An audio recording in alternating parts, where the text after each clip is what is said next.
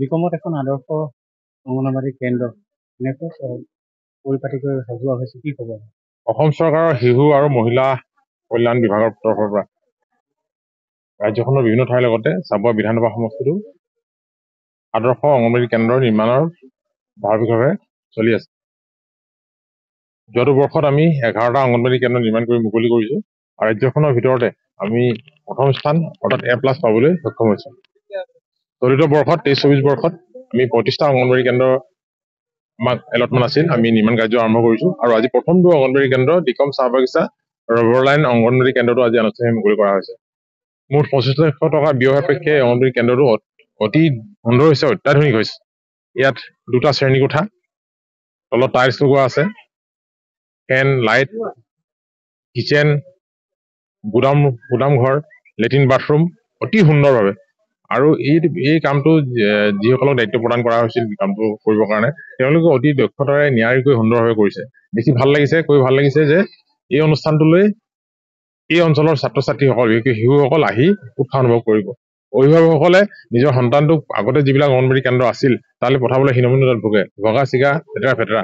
কিন্তু এই অংগনবাড়ী কেন্দ্ৰটোলৈ নিজৰ সন্তানটোক পঠাবলৈ তেওঁলোকে উৎসাহ অনুভৱ কৰিব, গৰ্ববোধ কৰিব যে মোৰ সন্তানটো এনেকুৱা ধুনীয়া এটা অংগনবাড়ী কেন্দ্ৰত আহে যি কেন্দ্ৰৰ জৰিয়তে শিশুসকলৰ শাৰীৰিক আৰু মানসিক বিকাশ সাধন হয়, উৎকৃষ্ট মানৰ খাদ্য যোগান ধৰা হয়, শিশুসকলক ভৱিষ্যত দিনত আগবাঢ়িব পৰাকৈ প্ৰথম বুনিয়াদী যিটো শিক্ষা এই অংগনবাড়ী কেন্দ্ৰবিলাকত দিয়া হয়। গতিকে এনে অনুষ্ঠানত, এনে অংগনবাড়ী কেন্দ্ৰত প্ৰকৃতাৰ্থত তেনে বুনিয়াদী পৰীক্ষণ হ'ব বুলি আমি অনুভৱ কৰিছো।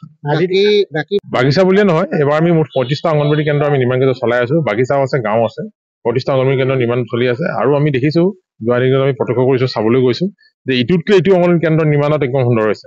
কোনো খুঁটি-নাতি ৰাখিব বিচৰা নাই, আমি নিজে তদাৰক কৰিছো। খুঁটি ৰাখি খুঁটানি কৰি ৰাখিব বিচৰা নাই, অতি সুন্দৰভাৱে নিৰ্মাণ কৰা হৈছে। আজিৰ দিনটোত আপুনি কিমানটা আধাৰশিলা স্থাপন কৰিলে আৰু কিমানটা শুভাৰম্ভ কৰিলে? আজি দিকম চাহ বাগিচাত এতিয়া আহিছো, আমি ইয়াত অংগনবাড়ী কেন্দ্ৰৰ শুভাৰম্ভ কৰিছো আৰু ইয়াতে আমি 3টাকৈ আধাৰশিলা স্থাপন কৰিম প্ৰভু Jagannath community and skill development চেণ্টাৰৰ। এইটো জনৰ দিকম চাহ বাগিচা, নাহৰতলী চাহ বাগিচা আৰু নাদুৱা চাহ বাগিচা, এই 3খন চাহ বাগিচাত আমাৰ চৰকাৰে প্ৰভু Jagannath community and skill development centre নিৰ্মাণ কৰাৰ সিদ্ধান্ত গ্ৰহণ কৰিছে। প্ৰভু Jagannath community and skill development centre এটা কালচাৰেল হল থাকিব,